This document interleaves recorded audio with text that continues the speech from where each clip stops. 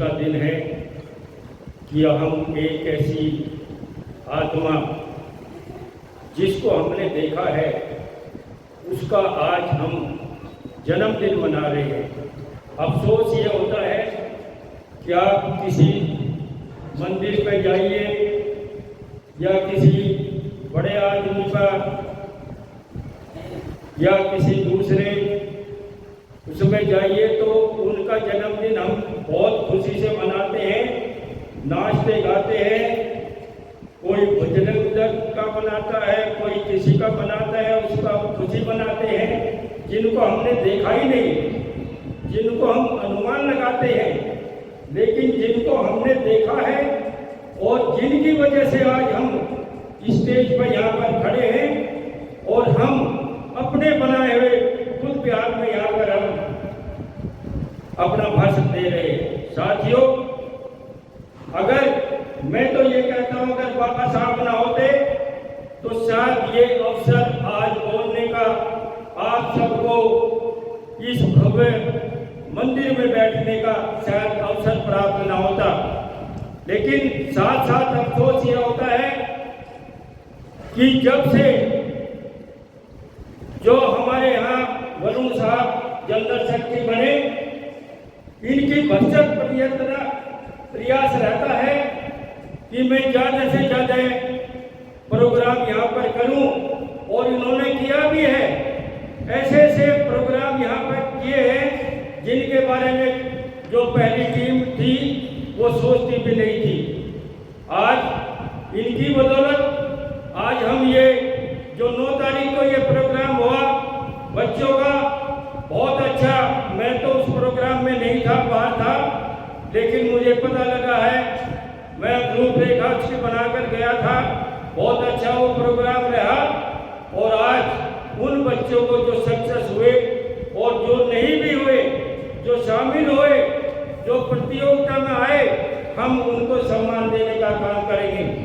आदरणीय साथियों, मैं मंच से बार बार कहता हूं कि बाबा साहब का जो 14 अप्रैल का जो जन्मदिन है, वो जो 14वीं संतान अपने माता पिता की थी, शायद ये 14 अप्रैल उसी की देन है।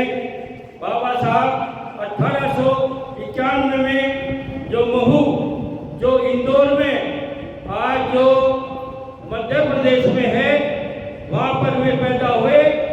उन्होंने संघर्ष किया। उनके पिताजी सूबेदार मेजर थे, फौज में जो इंडियन आर्मी थी उसमें सूबेदार मेजर थे। लेकिन मैं जब प्रोग्राम देखता हूँ, कहता हूँ और जो गीत गाते हैं, कुछ लोग कहते हैं कि बाबा साहब का परिवार इतना गरीब था, इतना वो था कि कफन पर कोई वो नहीं था। ऐसी कोई बात नहीं, वो सब बनावटी बात है।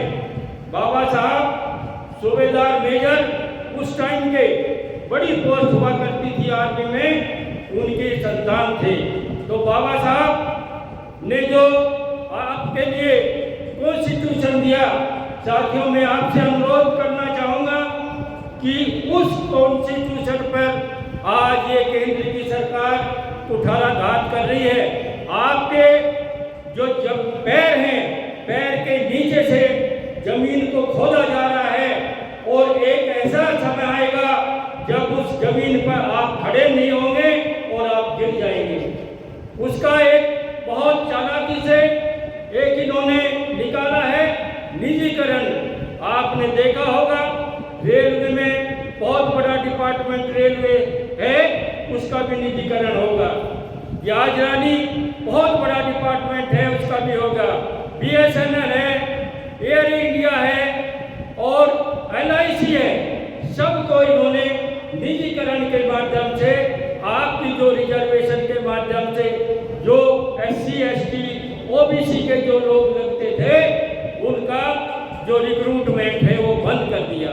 और एक बहुत बड़ी जो साजिश देश के साथ में हो रही है, चाइना देश में अरुणाचल की साइड में बढ़ रहा है, लेकिन वहां से आपका दिमाग हटाने के लिए जो बॉर्डर पर हमारे फौज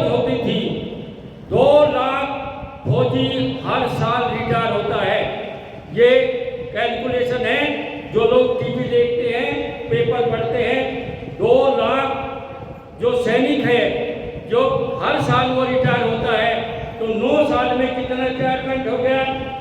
9 दूनी 18 लाख फौजी बाहर आ गया है फौज से, और उनकी जगह इन्होंने डेपुटेशन पर 4 साल के लिए जो भर्ती निकाली है, वो क्या करेगा? वो क्या लड़ेगा? वो तो अपना 4 साल पूरा करके फिर आ जाएगा। साथियों, जो फौज में जो भर्ती जाता होता था या जो पुलिस का जो सिपाही लगता था, वो गरीब किसान, गरीब का बच्चा लगता था। वो भी अधिकार आपके हाथ से इन्होंने छीन लिया है। देखने की बात है, हम सबको इकट्ठा होना पड़ेगा। आपकी जो रिजर्वेशन है, आप इन्होंने कोशिश भी की थी, एक रेजुलेशन लेकर आए थे आपकी रिजर्वेशन को खत्म करने के लिए, लेकिन आप सब वहाँ पर इकट्ठा हुआ और इकट्ठा होकर 2 अप्रैल 1920 को हमने बहुत बड़ा यहाँ संघर्ष किया, तो इनको वो वापसी लेना पड़ा। और आज आप बच रहे हैं, लेकिन मेरे ख्याल से अगर 2024 में ये सरकार आ गई है, तो आपकी रिजर्वेशन बिल्कुल समाप्त हो जाएगी। ये सोचने की बात है। आप ध्यान रखें, आप किसी के बहकावे में ना आए, आप किसी के लालच में ना आए। आप ये देखें कौन ऐसा पार्टी है जो आपको ठीक रख सकती है, जो आपके बीच में भाईचारा कायम रख सकती है, जो आपको रोजी रोटी और रोजगार दे सकती है। उसी सरकार को आपको चुनना है।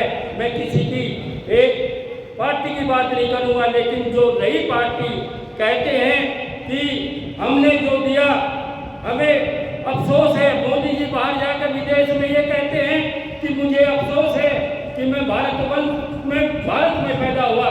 बड़े दुख की बात है कि एक भारत का आदमी, भारत का प्रधानमंत्री होने के बाद में बाहर जाकर हमारी बेइज्जती करता है, लेकिन एक दूसरा आदमी जो आपकी जो यहाँ पर कमी चल रही है, जो यहाँ जो महंगाई है, बेरोजगारी है, उस पर बात करते हैं, तो उससे जो पार्टी कहती है, देश कहता है कि हमें शर्म आई है, हमारी बेइज्जती हुई है। अरे बेइज्जती तो उसमें हुई जब आपने कहा कि मैं भाई भारत में पैदा हुआ। ये मेरे दुख की बात है। ये आपका संघर्ष नहीं है, संघर्ष है बाबा साहब का। बाबा साहब ने जो मैं आपसे अनुरोध करूँगा कि जो मेरी माता बहनें और जो बच्चे हैं, बच्चे आज ज़्यादा हैं, मैं उनसे अनुरोध करूँगा किसी देवी देवता, किसी की पूजा नहीं करिएगा, बाबा साहब को मानिएगा। बाबा साहब ने आपको जो मूल मंत्र दिया, शिक्षा का अधिकार दिया है। हम बोलते हैं कि 85% और 15%, जो 85% आप हो और 15% वो लोग हैं जो शिक्षित हैं, और जो 85% हैं वो बहुत कम शिक्षित हैं। तो जो शिक्षा है, शिक्षा एक ऐसा माध्यम है कि आप उससे कुछ भी हासिल कर सकते हैं। देश में संख्या पे कोई बात नहीं होती, संख्या तो अल्पसंख्यक भी बहुत है, लेकिन वहाँ शिक्षा नहीं है, तो आज उनमें कोई लीडरशिप नहीं है। बाबा साहब का आप देखें, जब बाबा साहब ने वो धर्म ग्रहण किया, तो ये कहा था, बाबा साहब को दुख था कि जो आज आपने NDTV पर जो चैनल पर जो प्रोग्राम आया है, उसमें आप देख रहे हैं, मुझे उम्मीद है कि सभी उसको देखते होंगे। उन्होंने कहा कि भाई ये मेरा दुर्भाग्य है कि मैं हिंदू समाज में पैदा हुआ, लेकिन मैं मरूंगा नहीं। हिंदू धर्म के साथ में मैं मरना नहीं चाहता। उन्होंने सभी धर्मों का जो आकलन किया, वे जाना चाहते थे, दूसरी जगह भी जाना चाहते थे, लेकिन बौद्ध धर्म को उन्होंने चुना। बौद्ध धर्म की जो शील है, बौद्ध धर्म का जो धारणा है, बौद्ध धर्म सबसे बड़ा, सबसे अच्छा धर्म है। और ये साथियों, हम आपको बताना चाहेंगे कि बौद्ध धर्म भारत में सबसे ज़्यादा था, लेकिन आज क्या कारण है कि भारत में सबसे कम बौद्ध धर्म के अनुयायी हैं। जो लोग हैं वे अपनी जो रामायण, महाभारत या दूसरी अपनी देवी देवता के बारे में चर्चा करते हैं, लेकिन हम कभी कोई चर्चा नहीं करते। हम चर्चा करते हैं बस केवल बुद्ध विहार में। बुद्ध विहार में चर्चा करने से काम नहीं चलेगा। आपको बार बार बाहर जाकर आपको प्रचार करना पड़ेगा, आपको अन्याय बनाना पड़ेगा कि बौद्ध धर्म ही ऐसा धर्म है जो हम सबको आगे लेकर चल सकता है। अगर आपने अभी तक हमारा चैनल सब्सक्राइब नहीं किया है तो सब्सक्राइब करें और घंटी का बटन बिल्कुल भी दबाना ना भूलें ताकि सभी लेटेस्ट खबरें पहुंच सकें आप पे सबसे पहले।